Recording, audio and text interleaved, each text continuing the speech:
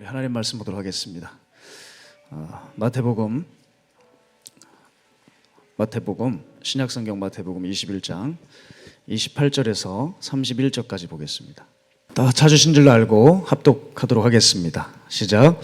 그러나 너희 생각에는 어떠하냐? 어떤 사람에게 두 아들이 있는데 맏아들에게 가서 이르되 오늘 포도원에 가서 일하라 하니 대답하여 이르되 아버지 가겠나이다 하더니 가지 아니하고 둘째 아들에게 가서 또 그와 같이 말하니 대답하여 이르되 실소이다 하였다가 그 후에 뉘우치고 갔으니 그들 중에 누가 아버지의 뜻대로 하였느냐?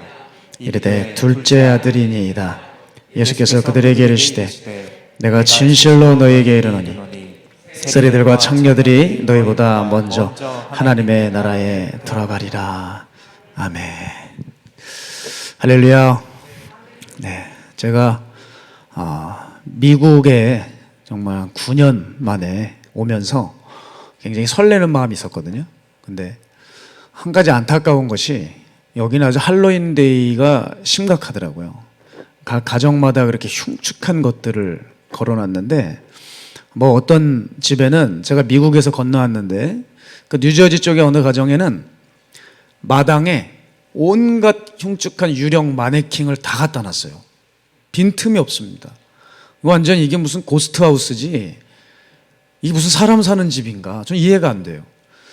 저를 숙소를 잡아주셨는데 그 숙소에 들어가는데 그 입구에도 그 여자가 흰 소복을 입고 그렇게 피를 흘리고 있어요. 그래서 제가 고민을 했어요. 방에 들어가서 사인펜을 갖다가 이마에다 십자가를 그리고 갈까? 자꾸 충동이 드는 거예요. 머리털을 뽑아버릴까?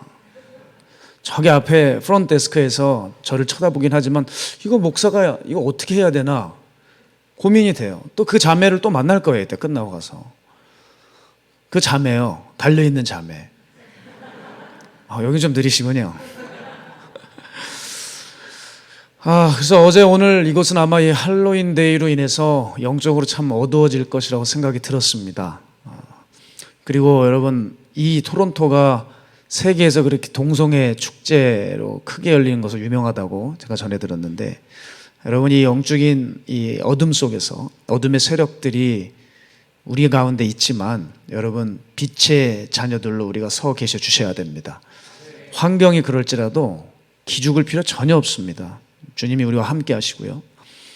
어두우면 어두울수록 우리 여러분 작은 빛 한 줄기 내어주시면 굉장히 강렬하게 느껴지게 되죠. 여러분 귀한 빗줄기를 오늘 이 지역사회에 뿜어내 주셔야 돼요. 그렇기 때문에 우리가 해야 될 일은 정말 주님을 향한 헌신과 그 충성이 식어져서는 안 됩니다. 그럴 때 결국 이 땅에 무엇이 진리인지 알게 되고 불법은 사라지고 의의 열매가 맺히게 될 것이에요. 교회들이 정말 힘을 얻게 돼서 이 땅의 영적인 패권이 교회에게 쥐어지는 하나님의 놀라운 역사를 기대해 봅니다. 여기 젊은 어린 친구들도 이렇게 청소년도 있는 것 같은데 참 이 다음 세대가 이렇게 함께 예배한다는 것이 너무 아름다운 것 같아요. 우리 한 청년 또 한 청소년 한 명이 좀 거룩함으로 훈련되기 원합니다. 자, 그러면 우리는 이제 영향을 미치려면 어떻게 될까요? 죄로 가득한 세상을 미워해야 돼요. 우리 여기 청소년들 청년들 있죠? 세상이 너무 달콤하죠. 그런데 나중에 되면 알게 됩니다. 남는 건 아무것도 없어요. 배신감만 더해갈 거예요. 죄로 가득한 세상을 미워해야 되고 우리는 더욱 거룩해지고 정결해지기 위해서 노력해야 될 것입니다. 제가 현장에서 보면 사람들이 이런 얘기를 하세요. 자꾸 신앙이 뒤처진대요. 가면 갈수록 나아지는 게 없대요. 그래서 이분들 하는 얘기를 보면 전부 다 불평이에요.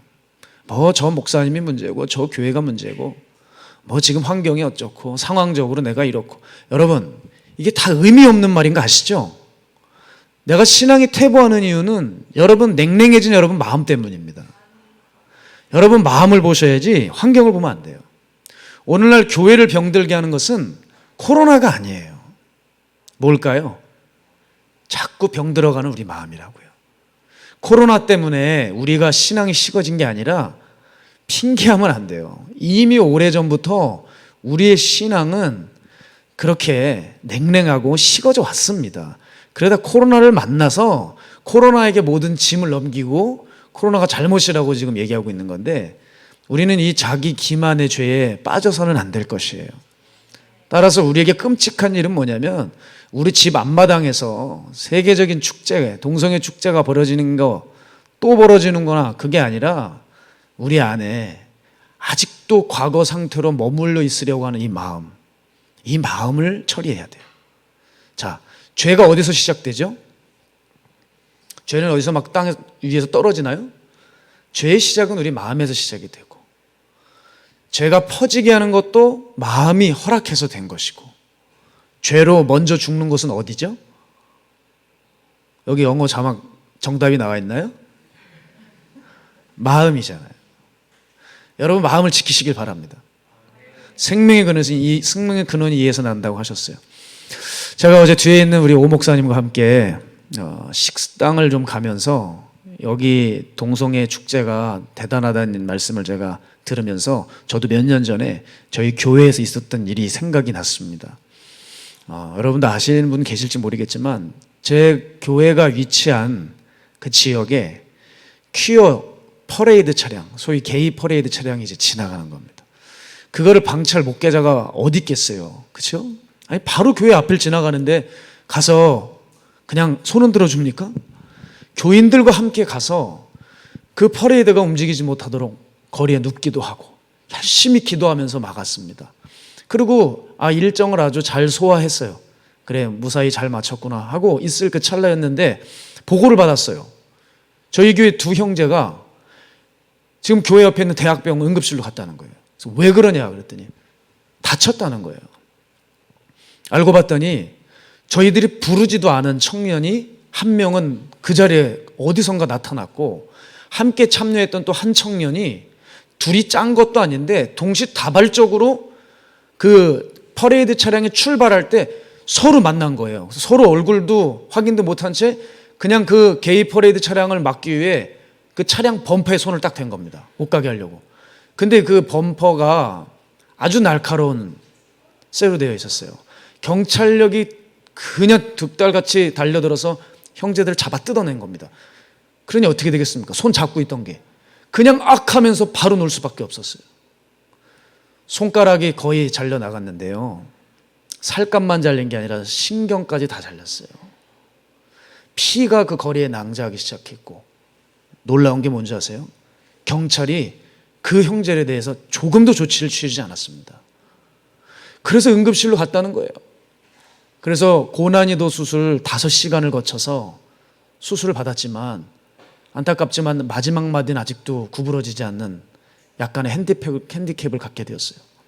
저 얼마나 가슴이 아팠겠습니까? 그런데 그 다음 날인가요? 태블릿 PC로 유명한 그 유명 언론사에서 그 유명 앵커가, 지금은 은퇴했죠, 그 앵커가 누군지 아시겠죠? 팩트 체크를 하는 것을 통해서 저희 교회 형제 이야기를 다룬 거예요. 근데 뭐라고 하는지 아십니까? 이건 기독교인들이 꾸며낸 자작극이다. 그들은 찰가상으로 끝난 거지 절대 손가락이 절단되거나 크게 다친 게 없다는 거예요. 이거를 이렇게 오도했습니다. 그러니 얼마나 그 형제의 가정에 부모들도 가슴이 무너지고 저도 무너지고요. 분노가 치밀어 오르더라고요. 이 소식을 기독교 인사들이 알아서 저에게 확인 전화를 했습니다. 이게 사실이냐? 아니다, 지금 수술실에서 들어가서 아직도 안 나오고 있다. 결국 전 정권의 장관이셨던 분께서 나서셔서 내가 도와주겠다, 무료로 해주겠다, 변호를 해주겠다 하면서 여기서 기독교 인사들이 나서시기 시작했어요. 저도 이런 생각을 했습니다. 그래, 이 교회가 맨날 오른뺨 치면 왼뺨 돌려달라고 그러니까 우리를 만만하게 보는구나, 본때를 좀 보여야 되지 않나, 법적 대응을 해야 되겠다는 마음을 솔직히 들었어요. 그런데 기도를 하면 할수록 아닌 거예요. 저를 붙들었던 한 가지 말씀이 있었습니다. 악한 자를 대적하지 마라. 너를 고발하여 속옷을 가지고 자거든 겉옷까지 내어줘라. 산상설교 말씀이 제 마음에서 피어올랐습니다. 내가 미쳤지. 늘 그것을 보고 있으면서 지금 내가 뭘 하고 있는 건가. 형제들에게 얘기했어요. 우리 미안하지만 그냥 다 포기하자. 주님께서 보셨고 주님 나라에 충성했으니 주께서 모든 걸 이끌어 주시지 않겠냐. 그러면서 우리는 하나님이 하실 것을 기대하면서 거기서 그쳤습니다. 그때 그 형제들이 너무 고마워요. 순순히 그렇게 따라주더라고요. 그 중에 그 한 형제에 대해서 제가 유독 그렇게 생각이 나더라고요. 이 미국과 캐나다에 왔는데 벌써 38이 되었습니다. 이 청년은 불신자였어요. 그런데 결혼할 배우자가 저희 교회를 다니고 있었습니다. 그래서 어쩔 수 없이 따라왔는데 교회에서 부르는 죄에서 자유를 얻게 하면 그 보혈 찬양을 듣고 조금씩 따라하다가 이 마음에 울컥하더래요. 그러면서 눈물이 나면서 도대체 눈물이 왜 나는지 이해가 안 되고 자신의 죄가 졌던 것들이 생각이 나더라는 거죠. 여러분, 그 형제는 거기서 끝나지 않고 달라지기 시작했습니다.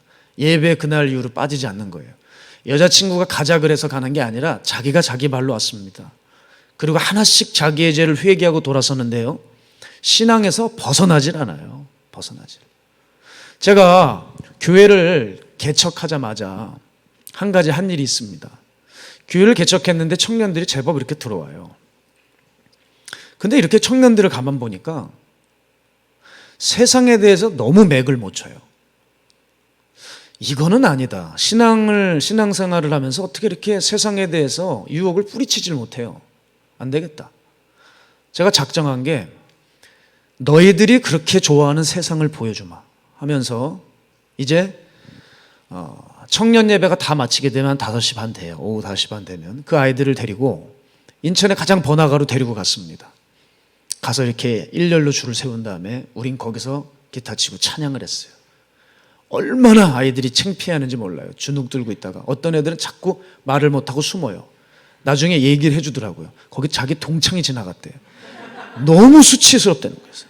예의 이놈아 이러면서 네가 그렇게 복음을 부끄러워서 되겠냐? 한 차례 또 혼나고 걔는 찍소리도 못하고 계속 그 자리에서 또 찬양을 불렀습니다. 찬양을 부르고 외침 전도를 했어요. 근데 그 외침 전도 대상이 누구냐?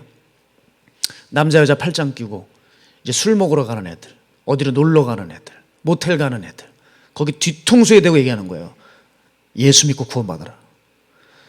니네 지금 가는 그 길이 행복한 길인 줄 아냐? 그건 저주의 길이다. 너 그러고 가다가 모텔 들어가다 지옥 갈 수가 있다. 그냥 대놓고 얘기를 해보니 이게 너무 놀라는 거예요. 지금 뭐 하는 건가?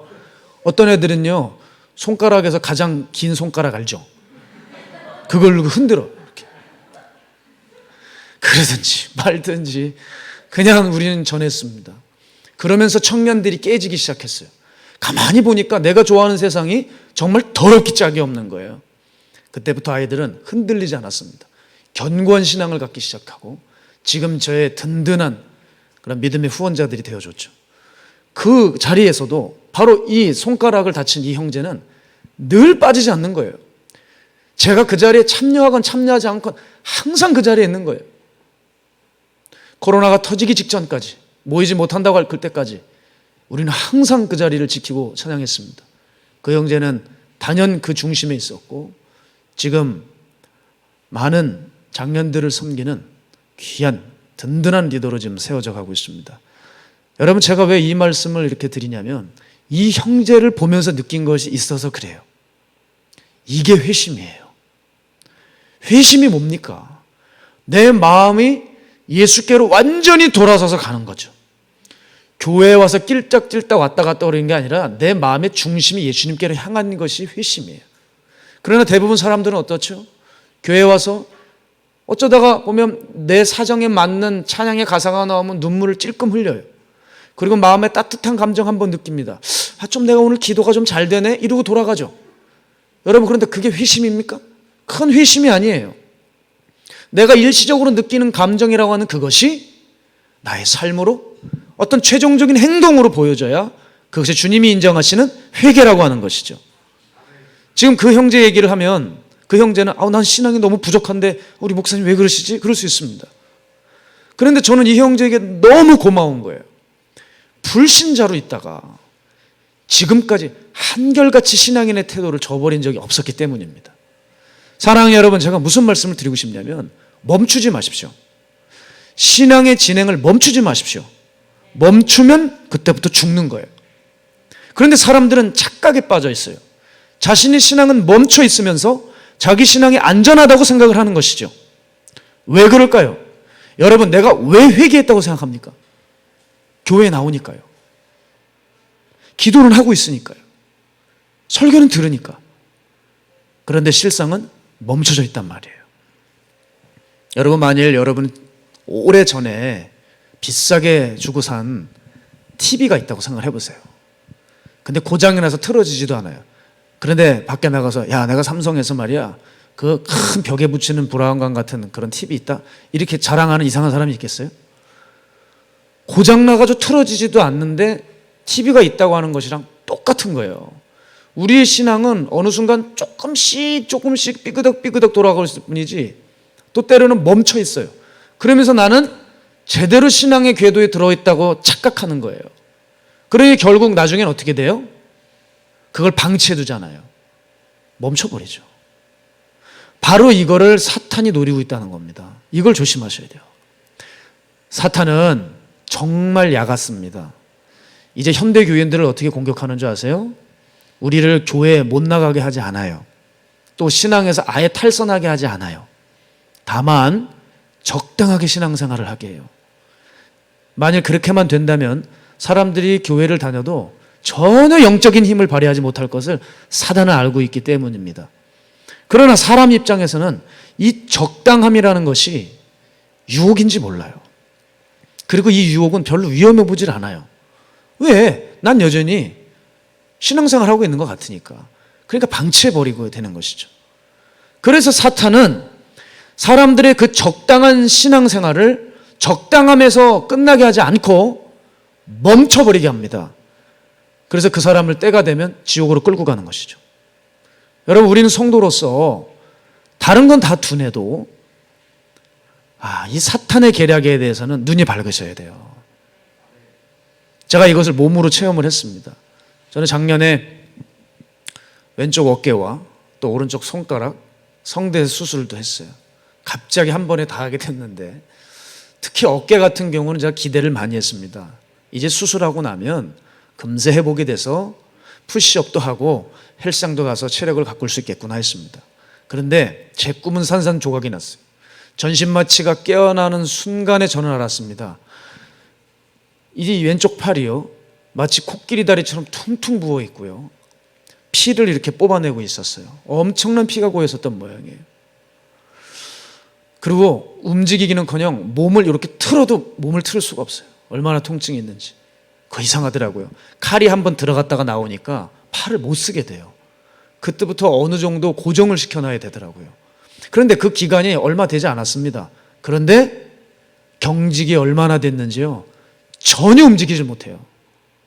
그래서 하루에 4번이나 재활 운동을 해야지만, 그래야지 어깨가 조금씩 풀리는 게 느껴졌습니다. 하루에 4번이요. 얼마나 성가셨는지 모릅니다.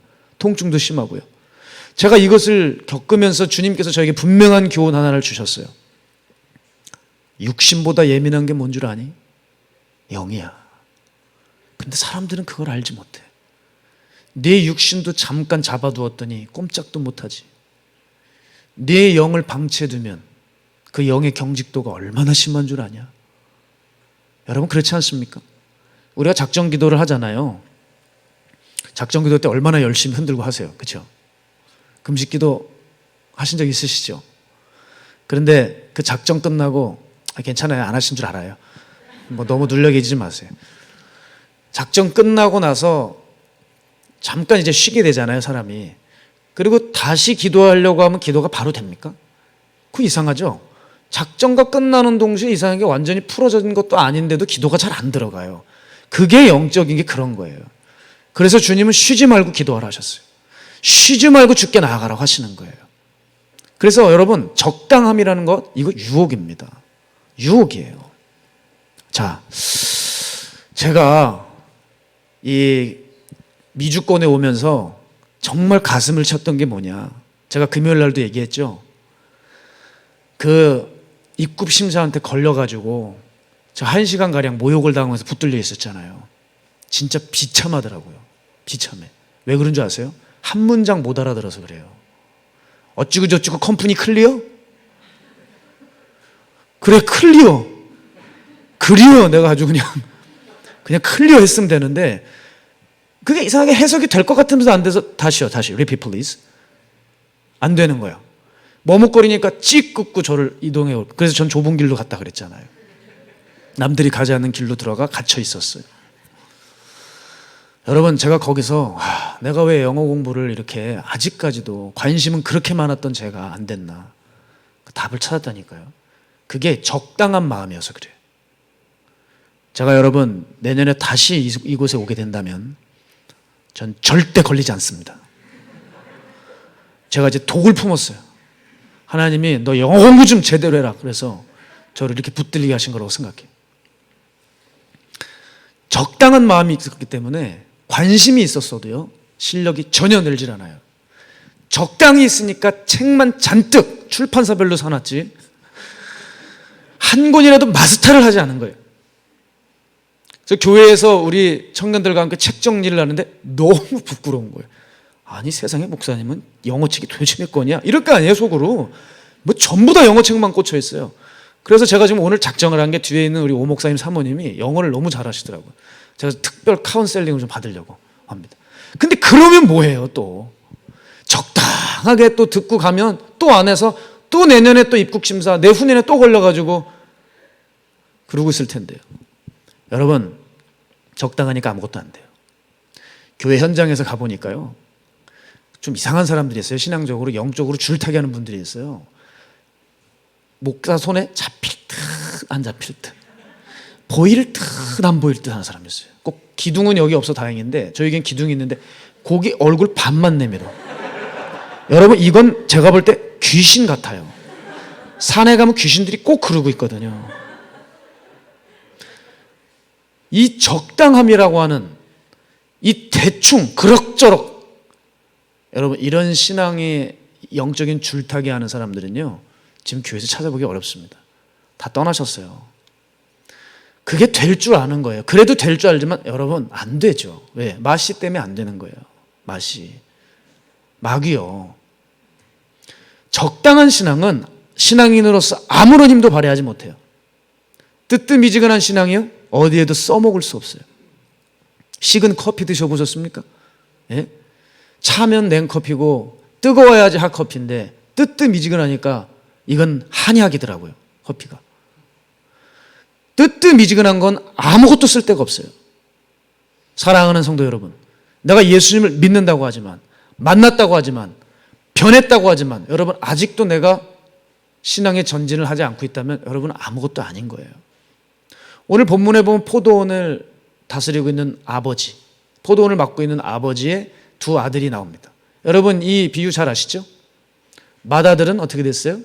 아버지가 이제 포도원 가라고 하니까 예 아버지 하고서 안 갔어요. 근데 둘째 아들은 너 포도원 가라 했더니 아 거길 내가 왜 가요 짜증나게 해놓는데 나중에 뉘우치고 돌아갔대요. 자 여러분 이게 뭘 말해주고 있느냐? 두 가지를 보여줍니다. 첫 번째, 참된 신앙이라고 하는 것은 지켜봐야 된다는 거예요. 여러분 우리의 신앙은 호언장담한다고 되는 게 아닙니다. 큰아들 보세요. 말이라도 말지 얼마나 말을 잘해요. 예 아버지 아유 갔다 오겠습니다. 걱정하지 마십시오. 뭐 이랬을 거 아니에요 우리 표현으로. 그런데 안 가요. 말 가지고 되는 게 아니에요. 최종 행동으로 신앙은 평가하는 겁니다. 두 번째 무엇을 할 수 있느냐? 큰아들은 실상은 복음을 거부해버린 자인데 겉에서 보기에는 아주 성실하고 믿음 있어 보였다는 거예요. 여러분 신실해 보이는 모습이 신앙을 보여주는 것이 아니라 최종 행동이 보여준다고요.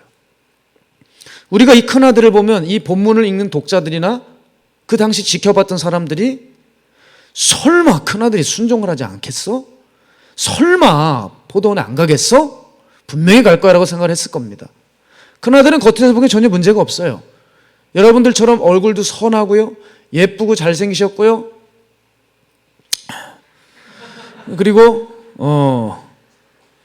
아멘도 잘해요. 제가 사실 고마운 게 뭐냐면 금요일 날 너무 호응을 잘해 주시더라고요. 그래서 너무 기쁨이 있었어요. 제가 그날 굉장히 힘든 날이었는데 체력적으로도 여러분들의 그 사모하는 마음 덕분에 무사히 주께서 통과해 주셨어요. 여러분, 표정도 선하시고 아멘도 잘하시고 경건의 모양도 있습니다. 근데 결과적으로 우리가 복음을 거부하는 자일 수 있어요. 자, 그러나 오히려 기대도 안 했던 아들이 있어요. 여러분 집에 있는 청소년 아이들, 청년 아이들 지금 너무 세상 좋아한다고 너무 심하게 그렇게 인격적으로 무시하지 마세요. 걔가 나중에 링컨같이 훌륭한 사람이 될 줄 누가 알겠어요. 그렇죠? 이 보세요. 이 둘째 아들 전혀 기대를 못했잖아요. 늘 때나 쓰고 반항하고 아빠 면접에 안 가요 나는 그딴 거 이랬는데 어떻게 돼요? 나중에 뉘우치고 돌아오잖아요. 성경은 마지막 때가 되면 이런 일이 일어난대요. 나중 된 자가 먼저 될 것이다. 먼저 된 자가 나중 될 것이다. 이거 무서운 말입니다. 지옥 갈 자들이 나중에 천국 가게 될 것이고 천국 갈 것 같은 그들이 지옥에 가게 될 것이다. 그게 주님의 말씀이에요. 또한 누가복음에 보면 탕자의 형의 비유가 나오죠. 탕자의 비유. 거기 탕자 형을 보세요. 아버지 옆에만 오래 있었죠. 전혀 아버지를 닮지 않았습니다. 그 동생 탕자가 돌아왔을 때 형이 어때요? 네가 왔구나 그래요? 저 집안 말아먹은 놈의 새끼 저거 어딜 와 하면서 그 죽다가 살아나는데 그럼 자기 피 붙이는데 그렇게 하면 되겠습니까 여러분? 아버지가 그렇게 선한 사람인데 되겠냐고요. 그냥 눈꼴 시어하고 질투에 사로잡혀 있잖아요. 아버지 옆에 오래 있었어도 소용이 없었다는 거예요. 여러분 이게 우리 모습일 수 있다는 말씀을 드리는 거예요. 예배 빠지지 않았습니다. 기도에 참석 잘합니다. 교회 생리 너무 빠삭해요. 그런데 주님을 닮은 구석이 없어요. 그건 아무것도 아니에요. 그런데 왜 이런 일이 일어날까요? 내가 애시당초 주님을 닮고자 하는 마음이 없어서 그래요. 여러분 누구 닮고 싶으세요? 누구 닮고 싶으세요? 예수님 닮고 싶으셔야죠. 아니 우리의 신앙의 목적이 예수님이잖아요. 그게 어렵습니까 여러분? 그러면 예수님과 나를 비교하면 되잖아요. 여러분 비교하는 대상의 그 수준을 높이십시오. 나랑 비슷한 사람 비교했다가 망하는 겁니다. 심지어 여러분 잘 나가는 목회자들하고도 비교할 필요 없어요. 누구하고 비교해야 됩니까? 예수님과 비교하세요. 예수님의 제자들과 내 신앙을 비교해 보세요. 그러면 여러분은 아주 안전하게 천국 가실 수 있어요. 우리에게 변하고자 하는 마음, 이 마음이 중단되지 말아야 될 것이에요. 그런 맥락에서 진정한 회개와 변화는 어디서 나와요? 내가 변하고자 하는 강렬한 의지에서 나오는 거예요. 내가 정말 다시는 죄 가운데 돌아가지 않겠다. 내가 늘 죄 짓는 이 의지가 죄 안 짓는 의지로 의지의 변화가 일어나야 된다는 것이죠. 이것 없으면, 이 거룩함과 경건함 없으면 주를 바라볼 수 없다고 성경은 말하고 있어요. 여러분 우리는 왜 안 변할까요? 우리가 예배드리는 환경이 열악해서 그렇습니까? 깜짝 놀랐어요. 얼마나 이렇게 아름다운 성전에서 얼마나 뜨겁게 기도하십니까? 이런 교회에서도 여러분 신앙생활이 안 됩니까? 저는 개척했을 때 20평이었어요 여러분. 20평. 20평에 80명이 모여 있었습니다. 숨이 안 쉬어지는 거예요. 여기는 얼마나 좋아요. 이렇게 뜨겁게. 환경이 문제입니까?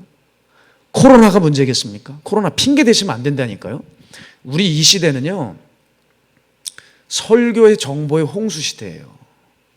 여러분 안방에서 검지손가락 하나만 준비하시면 전 세계의 유명 설교자들 설교를 안방에서 바로 실시간으로 들을 수 있는 시대입니다. 이제는 더 이상 어느 유명한 목회자 저기 있단다, 버스표, 기차표 끊어가지고 갈 필요가 없어요. 그냥 들을 수 있잖아요. 그런데 우리의 신앙은 어떻게 됐느냐? 백날 설교만 분석하고 저 목사는 영적이야, 저 교회는 뜨거워, 저 목사는 육적이야, 저 교회는 변질됐어, 이런 얘기만 하고 있지 시간 지나고 보면 본인은 순종이 없어요. 본인은 순종도 없고 백날 듣기만 하면서 엉뚱한 데가 있으면서 얼마나 비판과 분석은 교인들이 잘하는지 모릅니다. 여러분 왜 이렇게 된 줄 아세요? 조금씩 적당히 이렇게 하고 있는 거예요. 여러분 조금씩 적당히는 살 뺄 때 하는 얘기예요. 살 뺄 때 조금씩 드시고요, 예? 적당히 잡수세요. 아멘이 아주 간절하신가 봅니다. 그런데 이거 보세요. 이 교회는 되는 교회예요. 왠지 아세요? 아무것도 아닌데 그렇게 깔깔깔 웃으시고, 강사가 시원치 않은데도 아멘 아멘 하시고, 이 교회는 잘 되는 교회예요. 벌써 부흥하는 교회는 벌써 달라요. 빨리 다시 아멘을 하세요. 또 뚝 들어가셨어요. 잘 되는 교회는 달라요. 분위기가 다르다니까요. 네. 뭐 웃깁니까 이게? 너무 잘 오셔요. 우리 교인들은 깨달아야 돼요. 점점 아멘 소리도 안 하고요. 한국의 길튼 교회는 도대체 뭐 하는 건지 모르겠어요. 목사가 지금 3주가 넘도록 여기 와 있는데 기도는 하시는지 모르겠어요. 예, 기도하실 겁니다. 여러분, 적당이라는 말은 무서운 말이에요. 왜냐하면 우리에게 그만큼 틈이 생겼다는 것이거든요. 그렇죠? 적당히는 온전함이 아니라니까요. 지금 내가 비어 있다는 거예요. 그러니 그 틈으로 귀신들 들락날락 거리는 거죠. 제가 우리 박보영 목사님 옆에 오랫동안 있으며 깊이 깨달았던 것이 뭐냐면, 배웠던 가르침을 듣기만 하고 살지 않으면 그 신앙은 무너지더라고요. 여러 일이 많았지만 한 가지 예만 드릴게요. 지금으로부터 한 14년 전만 해도요, 박 목사님 사시는 사택에 아이들이 정말 많았습니다. 저는 솔직히 그 아이들 보면 너무 부러웠어요. 왜냐하면 이 아이들은 무슨 복을 받아서 이렇게 영적인 거인 밑에서 가르침을 받는 거예요. 그러니 얼마나 나중에 크면 하나님의 용사가 되겠습니까? 저는 너무 부러웠어요. 제가 어렸을 때 이런 분 밑에서 신앙교육을 받았다면 난 이 모양 이 꼴이 되지 않았을 텐데, 내 인생을 이렇게 허비하지 않았을 텐데, 내 젊음을 낭비하지 않았을 텐데, 정말 부럽더라고요. 그런데요, 놀라운 건 그때 살았던 그 많은 아이들 중에 몇몇은 지금 안 보여요. 제가 황당한 일이 있었어요. 제가 어느 해에 한 아이가 너무 귀하게 변해서 그걸 강단에서 설교했어요. 근데 며칠 지나고 나서 더 이상 저는 설교할 수 없었어요. 그리고 저는 거짓말쟁이가 되어버렸어요. 왜냐하면 설교하고 그 다음에 집 나갔어요. 아무리 들어도요, 그게 진짜 변화되지 않은 거면 결국 놀고 싶다고, 자유롭고 싶다고, 나를 속박하지 말라고, 답답하다고, 공부가 싫다고 그러고 나가버리더라고요. 여러분 기억하셔야 돼요. 멈추면 죽는 겁니다. 끝까지 못 가잖아요. 끝까지 해내지 못하죠. 변질밖에 남는 게 없어요. 여러분 안에 형성된 거룩하고 경건한 습관들 있으시죠? 여러분 몸에 익혀놓은 것들 있지 않으십니까? 그것을 스스로 무너뜨리시면 안 돼요. 저도 한 가지 하나님 앞에 훈련을 하면 부족하지만 열심히 그것을 제 몸에 익히려고 합니다. 산기도 제가 잘나 사는 게 아니라 그걸 몸에 익히기 위해서 계속 쉬지 않고 하는 거예요. 왜냐하면 내 몸에 익혀두지 않으면 절대 그것은 나중에 시간 지나면 그냥 추억이 되어버리더라고요. 여러분 지금 왕년 생각하시면서 추억된 거 많지 않으세요? 오늘 주님 앞에 그것이 추억이 아니라 오늘 현재의 실자가 되길 축복합니다. 저도 훈련하고 저는 제 아들도 훈련시키고 있어요. 뭘 가르쳐야 될까? 공부 잘하는 법을 알려줘야 될까? 기죽지 않는 법을 알려줘야 될까? 성공하는 법을 알려줘야 될까? 뭘 알려줘야 될까? 저는 한 가지를 가르쳤어요. 세상에 물들지 않는 훈련을 하려고 제 나름대로 애를 썼어요. 이 아이가 남자아이다 보니까 어느 날 로봇을 좋아하기 시작해요. 그런데 저희 어렸을 때 로봇과 생긴 게 달라요. 로봇 얼굴이 사탄의 형상을 하고 있어요. 여러분 이게 아이들의 영혼을 사로잡는 마귀의 전략일 겁니다. 로봇가 사탄의 형상을 띠고 있다고요. 저는 아이에게 가르쳤어요. 너 예수님의 자녀들은 사탄의 형상 같은 것들 손에 쥐고 있거나 집에 두어서도 안 돼. 갖다 버려라. 아이가 그거를 이제 처리했어요. 그래서 이제 다 해결됐구나 하고 안심하고 있을 때에 어느 날 주일에 어느 성도님이 카봇이라고 하는 장난감 2박스를 저한테 주시는 거예요. 근데 제가 실수로 그만 뭐 차에 숨겨두거나 다른 사람 주거나 해야 되는데 그거 주지도 못하겠더라고요. 그 사탄의 형상을 띠고 있으니까 어떻게 처리해야 되지 했어야 되는데 너무 그날 피곤하니까 그만 이거 들고 와서 마루에 턱 내려놓은 거예요. 그랬더니 아이가 벌써 눈이 달라지죠. 뭔가 있거든요. 알록달록 하거든요. 마을에서 놀더니 그냥 달려와요. 근데 놀랐습니다. 애가 연기를 해요. 야, 인간의 악함이 저는 거기서 깨달았어요. 애를 기르면서. 야, 6살인데도 이렇구나. 애가요, 이게 뭐야? 이게 뭐야? 그래. 뭐긴 뭐야? 지가 뭔지 다 알고 있지. 그러면서 제 눈치를 보는 거예요. 눈치를 보면서 포장지를 뜯기 시작하는데 포장지가 지 마음대로 잘 안 뜯어지는 거예요. 이게 뭐야? 이게 뭐야? 하면서 안 찢어요. 그러더니 거칠게 잡아뜯고 박스를 잡아뜯더니 거기서 갑옷을 기꺼이 좀 딱 꺼냈습니다. 그러더니 아빠 이게 갑옷이에요. 갑옷. 이러면서 걔 목소리가 아직도 생각나. 그러면서 슬그머니 가지고 노는 거야. 갑옷이에요. 갑옷. 저는 그 아이를 가만히 행동을 지켜보다가 너 일로 와. 야, 얘 봐라. 애를 앉혀놓고 얘기했어요. 유빈아, 넌 하나님의 아이야. 응? 장난감보다 넌 예수님을 더 사랑할 수 있어야 돼. 아빠가 분명히 그거 사탄의 형상을 가졌다고 했지. 그러면 가지지 말라 그랬지. 놀지 말라고 했지. 너 왜 그거 붙들고 있어? 야단을 호되게 쳤어요. 그랬더니 애가 걔는 항상 마음이 힘들면 이러고 있어요. 고개를 훅 숙여요. 그리고 저는 이제 밤에 산기도를 갔어요. 갔다 왔는데 아내가 저를 마중 나와서 얘기를 해요. 참 이런 일이 있었대요. 목사님 산기도 가고 나서 아이가 로봇을 챙겨서 밖에 그 재활용품 플라스틱 버리는 데다가 버리더래요. 그리고 그 앞에 아이가 이렇게 서서 슬픈 목소리로 이러더래요. 잘 가. 안녕. 그러더래요. 근데 여러분 그 이야기를 듣는데 그렇게 마음이 짠하더라고요. 눈물이 왜 핑 도는지 모르겠더라고요. 아이의 마음을 알겠는 거예요. 얘가 그렇게 사랑하고 좋아하는 건데 이걸 주님 때문에 버려야 되니 저도 그런 경험이 있지 않겠어요? 애지만 좀 안타깝더라고요. 마음이 힘들더라고요. 그런데 어쩔 수가 없는 거예요. 작은 것부터 싸우게 하고 가르치지 않으면 아버지가 목사라고 해도 집안에서 엉뚱한 아이가 생길 수 있는 거예요. 개망나니가 될 수도 있는 거예요. 여러분 성경을 보세요. 예? 그 사무엘 밑에, 그 대단한 사무엘 밑에 그렇게 덕을 끼치지 못하는 선지자들이 제사장에 나올 줄 누가 알았겠습니까? 성경을 보면 잘 알지 않습니까? 그 다윗 밑에서 어마어마한 첩을 들이는 솔로몬이 나올 줄 누가 알았겠냐고요. 세상의 문화에 저항할 수 없는 애를 만들어 버리면 시간 지나면 결국 무너질 수밖에 없는 것을 제가 알아요. 사랑하는 여러분, 우리도 얼마든지 포도원집 큰아들처럼 탕자의 형처럼 될 수 있어요. 그래서 사도 바울은 이렇게 단언합니다. 로마서 12장 2절 말씀이죠. 우리 함께 읽겠습니다. 시작. 너희는 이 세대를 본받지 말고 오직 마음을 새롭게 함으로 변화를 받아 하나님의 선하시고 기뻐하시고 온전하신 뜻이 무엇인지 분별하도록 하라. 아멘. 이게 무슨 말인 줄 아세요? 세상 거부하라. 세상에서 왕따를 당해라. 그런 것은 1차적 의미고요. 정말 중요한 두 번째 의미는 신앙의 내면을 변화시키라는 거예요.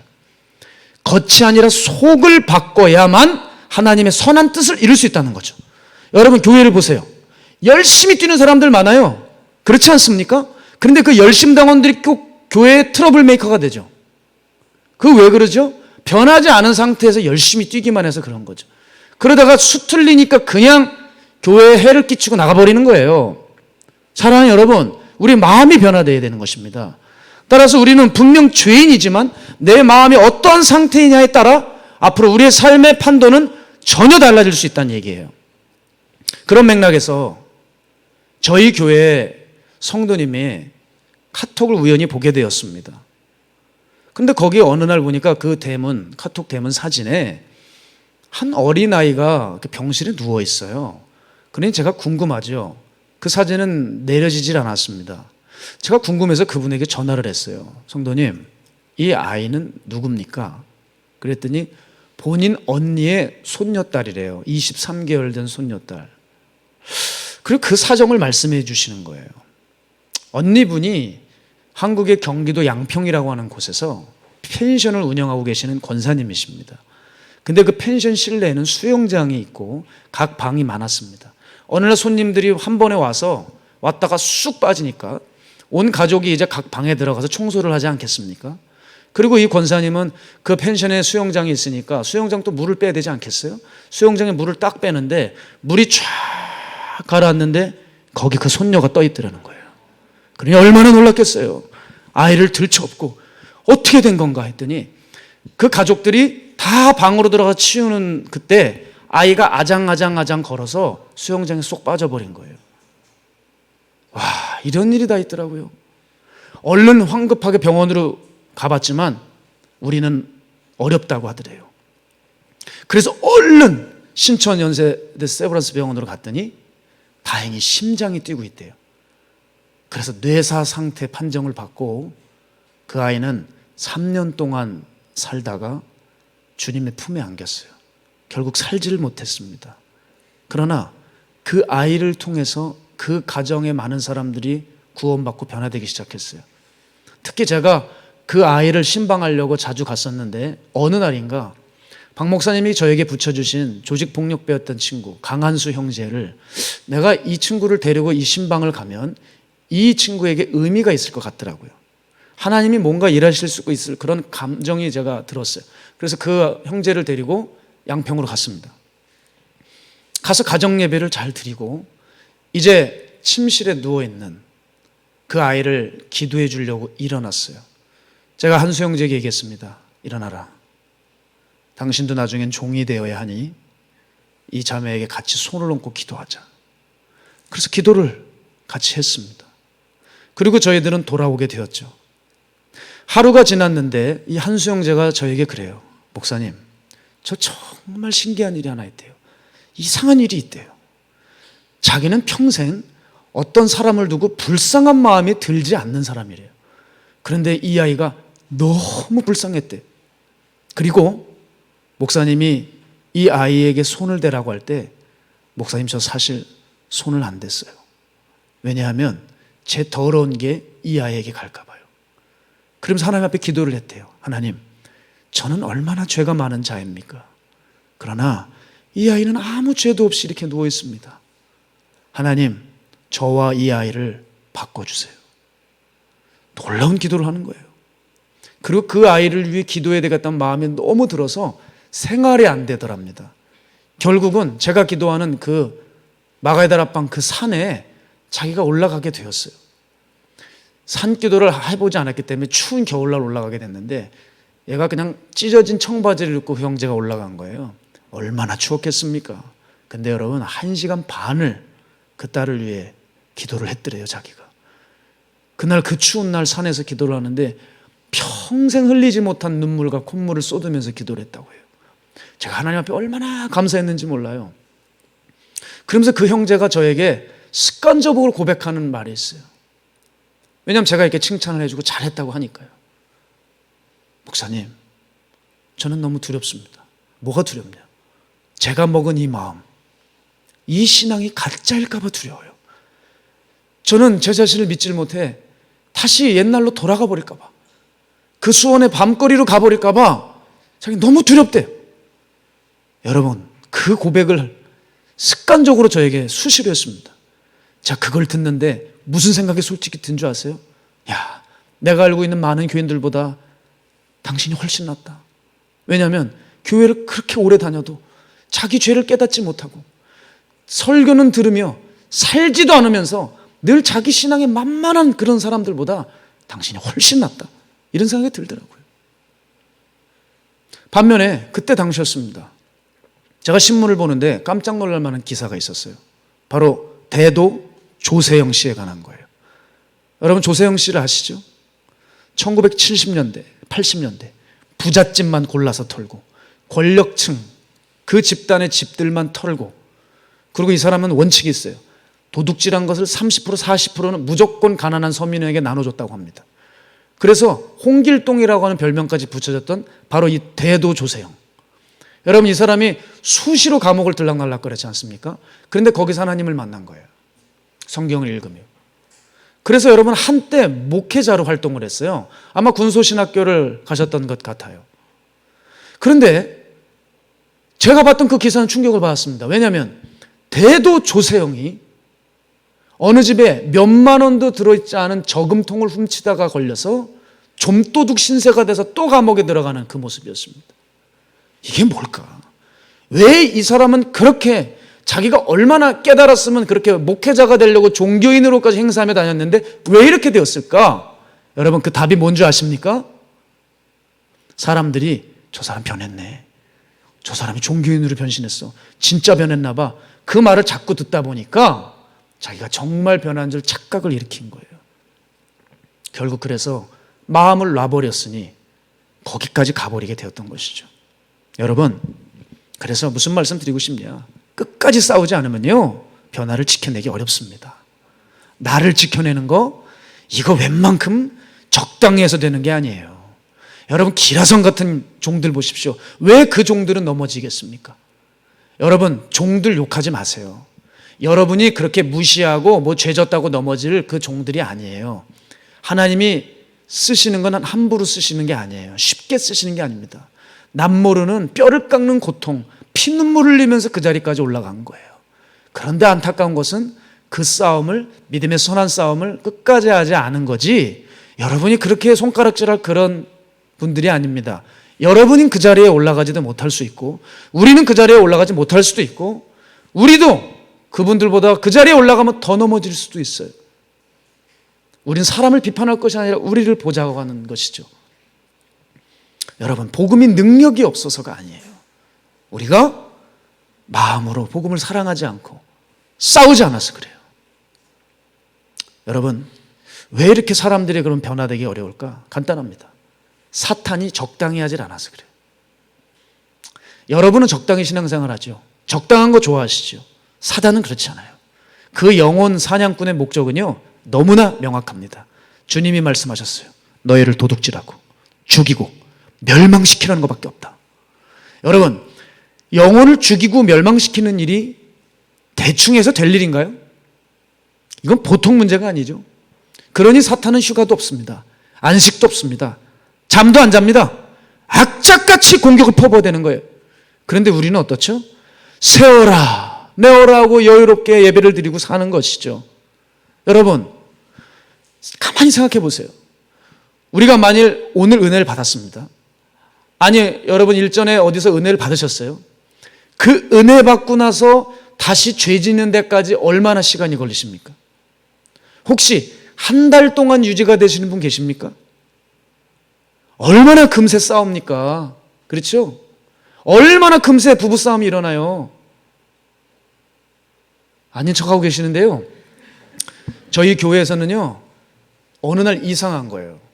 설교를 하는데 자꾸 두 부부가 레이저를 저한테 쏴요. 저는 제가 뭘 잘못 얘기한 줄 알았어요. 알고 봤더니 부부싸움 하는 거예요. 제가 그래서 단에서 잔소리처럼 한 달 동안 얘기했습니다. 교회 오실 때, 차 타고 오실 때 부부끼리 아무 말도 하지 마라. 그리고 기도만 해라. 그리고 은혜 받고 돌아가실 때도 아무 소리 하지 마라. Shut up! 이게 확실하잖아요. Be quiet please는 좀 와닿지 않고. 조용히 해야 돼요. 사단이 끼니까. 기껏 은혜 받고 집에 가시면서 또 싸우세요. 은혜 받으면 뭐합니까? 금세 다 털어먹어요. 금세 막 거룩의 불이 받은 것 같지만 금세 또 야동 보고 있어요. 금세 뭐 남을 위해서 타인을 위해 살 것 같이 막 이타정신이 막 들어오는데 금세 이기적으로 살아가요. 교회에서 줄 서다가 누가 새치기 하면 막 화가 나는 거야. 내가 오랫동안 기다렸는데. 여러분, 이거 보세요. 우리는 예수님을 믿으면서도 한 번도 자기 마음을 바꾸려고 하지 않는 시도를 해요. 그러니 뭐가 달라지겠습니까? 사람이 여러분 참 그렇더라고요. 사람 보고 당신 십자가 지고 가라 하면 그 길은 그렇게 버겁고 멀게 느껴지는데, 죄 지으러 가는 길은요, 아무리 멀어도 멀게 느껴지질 않아요. 여러분, 라스베가스를 아시죠? 아실 분 아시겠지만 거기 도시가 어디에 세워졌어요? 사막 한복판에 세워졌잖아요. 거기 풀 한 포기도 없고 물 한 줄기도 흘러가지 않아요. 그런데 이거 보세요. 사람의 욕심이 얼마나 무서운지요. 사막 한가운데 환락의 도시를 세우는 거 보십시오. 그게 사람이 그런 거예요. 아무리 거기가 거리가 멀어도요, 전 세계 각지에서 도박하러 거기 갑니다. 다 집안 뭐 가산 다 탕진해도 상관없이 거기 가서 어떻게든 한번 역전하려고 애를 씁니다. 그러나 여러분, 내 집 앞에 잘 갖춰진 예배당 있어도 거기 예배 한 번만 드리러 오라고 해도, 우리 기도 좀 하자고 모이자고 해도 모이고 예배하진 않아요. 보십시오. 죄 지으러 가는 길은 그렇게 신속하고 빠르고 아무리 대가를 지불해도 전혀 어렵지 않은 거예요. 사랑하는 여러분, 우리 마음 보십시오. 마음이 바뀌지 않으면 달라질 거 없어요. 한 사람의 운명의 방향은요, 교회가 어디에 위치하고 있느냐, 목사가 어느 방향으로 가느냐가 중요한 게 아니고요, 여러분의 마음의 방향이 어디로 가고 있느냐를 보셔야 돼요. 여러분의 마음의 방향이 교회 안에 와 계시지만 십자가로 향하고 있으셔야 돼요. 십자가로요.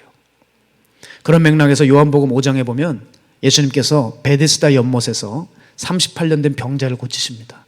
여러분, 그때 그 오랫동안 병에 걸려있는 그 환자는 긴 병에 장사 없다고 완전한 패배의식과 우울감에 사로잡혀 있었어요. 그때 예수님이 그 오래된 환자에게 찾아갑니다. 그때 예수님께서 하셨던 질문 여러분 아십니까? 여러분, 이 질문을 잘 기억하셔야 돼요. 네가 낫고자 하느냐? 라고 물으셨어요. 여러분, 이것은 신앙의 핵심입니다. 네가 낫고자 하느냐? 예수님은 하나님이세요. 손대고 기도하면 바로 치유하실 수 있는 분이에요. 그러나 그 사람에게 묻죠. 네가 낫고자 하느냐? 네 마음에 정말 변할 의지가 있으면 너는 지금 내 손끝에서 능력이 나가 너를 고칠 수도 있고, 네가 원하지 않는다면 너는 아무런 일이 일어나지 않을 것이다. 그렇죠? 그때 이 환자가 뭐라고 말하죠? 너무 황당한 얘기를 하는 거예요. 연못 얘기를 하지 않습니까? 그 온천? 지금 이 물이 동할 때에 천사가 나를 넣어주는 사람이 없어요. 그렇게 얘기하는 거예요. 그건 예수님이 원하시는 답이 아니었어요. 주님, 내가 낫고자 합니다. 주여, 나의 믿음 없음을 용서해 주십시오. 고쳐주십시오 했어야 돼요. 그러나 그는 낫고자 하는 의지보다 패배의 두려움에 붙들려 있었던 것이죠. 그러나 여러분, 눈먼 바디메오 사건 아시죠? 왜 성경이 글을 기록해 놓고 있는지 잘 아셔야 돼요. 예수님이 자기 곁을 지나간다는 소식을 듣자 상황과 환경 보지 않습니다. 사람들 사이로 뚫고 갑니다. 그러면서 소리치는 거예요. 다윗의 자손 예수여, 나를 불쌍히 여기소서. 여러분, 사람들이 이 장님 주제에 조용히 해라. 좀 시끄러워 죽겠다 지금. 너만 급하냐 나도 급하다. 듣지 않는 거예요. 다윗의 자손 예수여, 나를 불쌍히 여기소서. 여러분, 그때 어마어마한 인파가 예수님 곁에 있었습니다. 그 바디메오의 소리가 주님 귀에 안 들릴 수도 있어요. 그러나 주님은 그 군중의 함성 가운데 들린 거예요. 간절한 마음 때문이었던 것이죠. 그래서 그를 불러오라 하시잖아요. 그때 예수님 뭐라 그러시죠? 이 질문을 똑같이 던지세요. 내가 너에게 뭘 해주길 원하느냐? 여러분, 예수님이 모르시겠어요? 뭐가 필요한지? 장님인지 모르겠어요? 삭개오는요, 한 번도 만난 적 없는데 삭개오 이름까지 맞추신 분이에요. 바디메오가 뭘 원하는지 모르겠습니까? 걸어 나오는 거 보면 뭐가 필요한지 모르겠어요? 주님 물으시잖아요. 내가 너에게 뭘 해주길 원하느냐? 이때 바디메오는 정답을 얘기합니다. 주여, 내가 보기를 원하나이다. 선생님이요 랍비요 이러지 않았어요. 유다는 랍비라 그랬죠, 주님한테. 바디메오는 얘기합니다. 주여, 내가 낫기를 원하나이다. 내 믿음이 너를 구원하였으니 가라. 네가 구원을 받았느니라. 아멘. 내가 구원받고자 하는 의지가 있는 사람 구원받습니다. 내가 병이 나을 의지가 있는 사람, 내가 병이 나을 것 같다는 믿음 있는 사람은 그 안수하는 안수자의 믿음이 아니라 그 사람의 믿음으로 병이 나갑니다. 사랑하는 여러분, 다시 한번 기억하셔야 됩니다. 내가 변하고자 하는 강렬한 의지가 있어야 우린 살 수 있어요. 이 내 밑에 보화가 있습니다. 내 밑에 보화가 있어요. 근데 이 보화를 얻기 위해서 내가 가지고 있는 전 재산을 다 팔아 이 땅을 사지 못한다면 이 보화는 내 것이 될 수 없습니다. 하나님의 말씀이 영혼의 반석이라는 것을 알아도 내가 말씀 위에 서 있지 못하면 우리는 쓸려 내려갈 수밖에 없어요. 이런 사람이 정말 많아요, 여러분. 따라서 하나님은 오늘 우리들에게 날마다 재촉하고 계세요. 오늘도 내일도 너희들 언제든지 허물어질 수 있으니 깨어 기도하라는 거예요. 지금은 자다가도 깨어날 때다. 구원의 때가 한층 더 가까워졌다고 주님 말씀하세요. 저에게도 이런 일이 있어요. 참 신기한 것이요, 제가 성대 수술 아까 했다고 말씀드리지 않았습니까? 수술을 하자마자 갑자기 교회 일이 불어닥치는 거예요. 아니, 수술 전에는 이렇게 일이 많지 않다가 어떻게 수술을 했는데 이런 어려운 일들이 많이 닥칠까? 특히 계속 줄초상이 나는 거예요. 계속 장례를 치러야 되는 거죠. 그런데 여러분, 성대 수술을 해서 말을 못해요. 어디 다닐 때요, 이 종이에다 적어가지고 다녔어요. 제가 성대 수술을 해서 말을 못합니다 하면서 제 용건을 항상 적고 다녔거든요. 어떻게 설교를 합니까? 그런데 가만 보니까 하나님이 저를 사랑하셔서 하나님에 대한 마음을 잃지 않으라고 저를 이렇게 계속 일을 만나게 해주셨더라고요. 그 가운데 제가 잊지 못하는 분이 계십니다. 제가 어느 날 기도실에서 기도를 하는데 주님이 이런 마음을 주셨어요. 너는 이제 일어나서 내 죽어가는 영혼들을 살려라. 주님, 제가 무슨 능력이 있어 살립니까? 고민하고 있을 때 하나님이 한 가지를 스쳐 지나가게 하셨는데, 그게 저희 교회 옆에 있는 바로 있는 대학병원에, 옆에 있는 대학병원 암병동에 있는 암 환자들을 생각나게 하셨어요. 아, 저기 가라고 하시는구나. 그래가지고 저는 그때부터 007 작전을 피면서 암병동에 들어가면서 사람들에게 복음을 전했어요. 그 중에서 한 분을 만났는데 제가 잊지를 못합니다.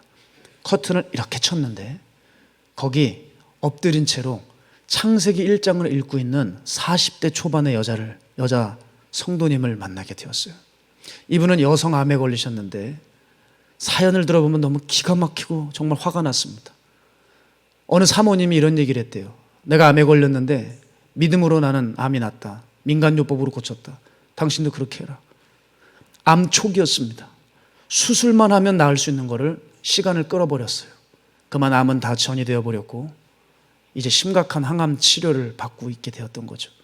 얼마나 그런 사기꾼들이 있는지. 여러분, 아프시면 병원 가십시오. 이건 믿음이 없는 게 아닙니다. 믿음을 쓸 때는 따로 있어요. 현대의학으로 할 수 없을 때, 이때는 하나님 앞에 생명 걸고 나가야 되지만 하나님께서 현대의학을 주셨어요. 이 병원을 가서 금방 치료받고 나을 수 있는데 병원들을 안 가는 거예요. 저는 그분에게 답답한 마음으로 복음을 전하고 하나님을 알려드리고, 제가 섬기는 마가의 다락방에 그렇게 차로 모셔다 드리고 또 그분 댁에 데려다 드리고 계속 그렇게 픽업 활동을 했습니다. 그런데 어느 날 연락이 끊어졌어요. 아무리 연락해도 전화를 안 받아요. 그런데 우연히 연락이 됐습니다. 갑자기 몸이 쇠해져서 병실에서 죽어가고 있다는 거예요. 전화를 해보니 말을 못 하세요. 그런데 여러분, 제 마음이 왜 무너진지 아세요? 이렇게 절박한 때에 하필 제가 성대 수술을 해서 목을 쓸 수가 없게 된 거예요. 수술을 그때 갓 했어요. 제 성대를 화면에 봤거든요. 레이저를 하도 맞아서 핏덩이가 되어버렸어요. 그러니 어떻게 말을 합니까? 그런데 가만히 있을 수가 없잖아요. 영원히 죽어가는데. 그분에게 복음을 다시 전했어요. 성도님, 예수님이 성도님이 구세주라는 걸 믿으시죠? 성도님, 예수님을 믿는 그 분명한 믿음이 있어야 천국 가실 수 있습니다. 제가 그랬더니 그분이 이래요. 목사님, 나 죽어요? 아니요, 죽지 않아요. 믿음이 있어야 천국 갈 수 있으니까요. 제가 얼른 말을 돌렸습니다. 왜냐하면 그분은 정말 살고 싶어서 7년간 몸부림을 쳤어요. 지독한 고통 가운데 있었습니다. 그런데 결국 그렇게 아주 곱게 생긴 분이었는데 얼굴이 샛노래지고 눈은 그렇게 툭 튀어나오고 머리는 다 밀려 배짝 말라 병실에 그렇게 누워있는데 가슴이 무너졌습니다. 저는 그분을 수시로 기도를 해드리러 갔어요. 그런데 어느 날이었어요. 그날은 제가 도무지 몸을 일으키기가 어려운 거예요. 몸이 너무 힘들었습니다. 아, 나 하루만 딱 쉬면 좋겠다 하고 있을 그 찰나에 전 직감적으로 알았습니다. 아, 오늘이 이 성도님이 마지막 날이구나. 그래서 사단이 이 영혼을 건질까 봐 나를 이렇게 몸을 힘들게 하는구나. 이를 악물고 일어났습니다. 여러분, 사탄의 전략을 알죠? 적당하게 하게 하는 거예요. 저는 그걸 잘 알기 때문에 그렇게 할 수 없어서 일어나 병실로 힘껏 달려가 복음을 전했습니다. 목이 뻐근해지기 시작하고 피가 날지도 모르는 그런 아픔이 있었어요. 그러나 해야 할 기도를 다 해드리고 저는 돌아 나오는데 발이 안 떨어져요. 아무래도 이제 끝인 것 같아서 자꾸 돌아보고 힘들게 저는 교회로 돌아왔습니다. 여러분, 제 예상은 맞았고 그 다음날 이른 아침에 주님의 품에 안겼습니다. 그 어머니가 그러시더라고요. 그렇게 7, 8년을 지독하게 고통을 겪었는데 우리 딸이 죽을 땐 그렇게 천사처럼 편안하게 잠들었대요. 그런데 여러분, 놀라운 게 뭔지 아십니까? 도대체 하나님이 왜 이 사건을 나에게 만나게 하셨을까? 그 남편이요. 그 남편이 수술만 받으면 날 수 있는데 아내가 죽게 생겼잖아요. 그러니 교회 사람들에 대한 증오가 그게 찼었습니다. 목사는 사람으로 취급도 안 해요. 그런데 여러분, 놀랍죠? 제가 늘 그곳을 신방하고 다니면서 남편의 마음이 녹았던 것 같아요. 저한테 장례 예배를 치러달라고 하더라고요. 너무 감격스러웠습니다.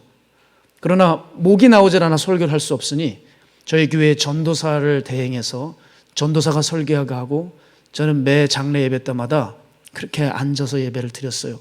그때 하나님 앞에 정말 감사했었습니다. 왜냐하면 제가 2년 전에 그분을 처음 뵐 때 마음을 먹었거든요.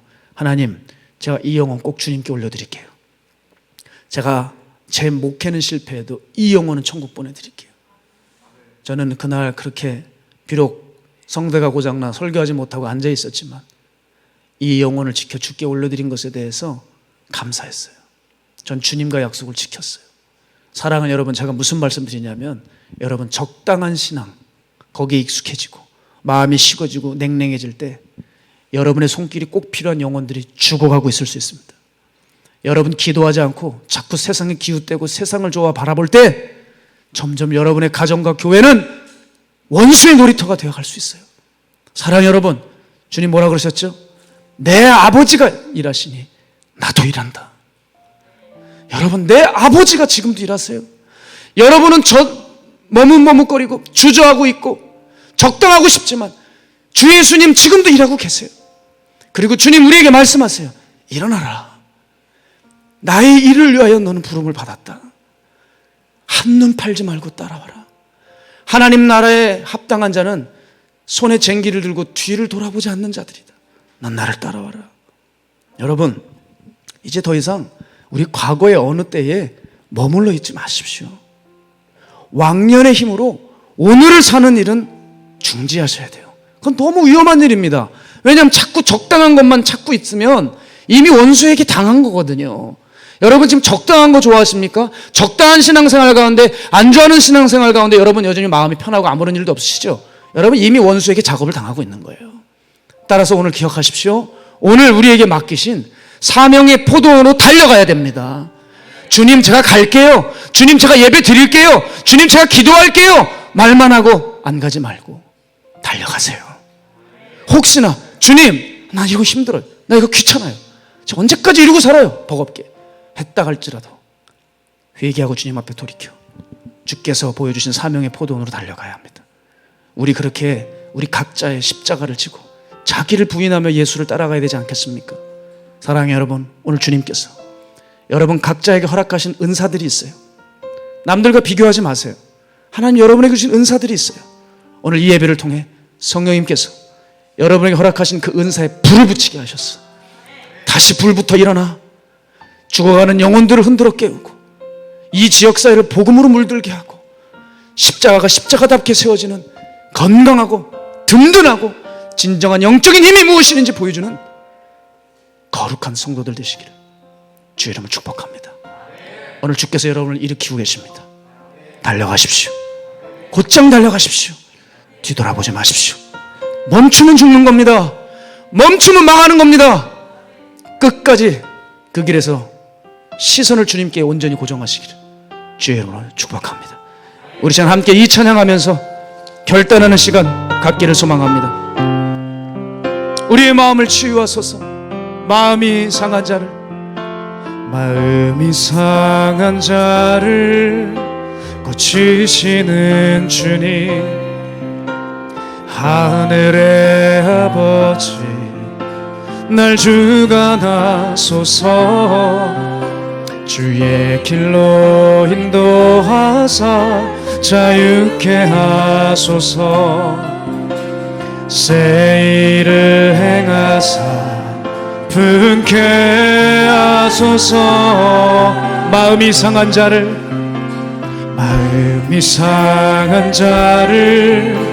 고치시는 주님, 하늘의 아버지 날 주관하소서. 주의 길로 인도하사 자유케 하소서. 새 일을 행하사 분케 하소서. 의에 줄이고 목이 마르니 성령의 기름 부소서. 의에 줄이고 목이 마르니 내 잔을 채워 주소서. 성령으로 채우사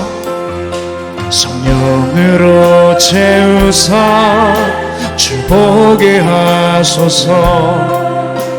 주의 임재 속에 은혜 알게 하소서. 주 뜻대로 살아가리 세상 끝날까지. 나를 빚으시고 새날 열어주소서. 의에 줄이고 목이 마르니 성령의 기름 부소서. 의에 줄이고 목이 마르니 내 잔을 채워. 우리 두 손 들고 전심으로 고백합니다. 의에 줄이고 아멘. 목이 마르니 성령의 기름 부소서. 의에 줄이고 목이 마르니 내 잔을 채워 주소서. 내 잔을 채워 주소서. 내 잔을 채워. 오 주님, 내 잔을 채워 주소서. 내 잔을 채워 주소서. 우리 이 시간 기도하며 나아갈 때 주님 그렇습니다. 하나님, 나의 신앙 얼마나 적당한 거 좋아하고 얼마나 대충 안주하는 신앙인지 모릅니다. 하나님, 이 신앙으로 가다는 저 망합니다. 우리 얼마든지 지옥 갈 수 있습니다. 주님, 오늘 우리에게 다시 한번 우리 안에 불을 듯한 마음을 주셔서 주를 향한 첫사랑을 복되게 하시고 주를 향한 헌신과 충성이 주님 앞에 온전히 드려지게 하여 주시옵소서. 우리 주님 이름 한번 외쳐 기도합니다. 주여.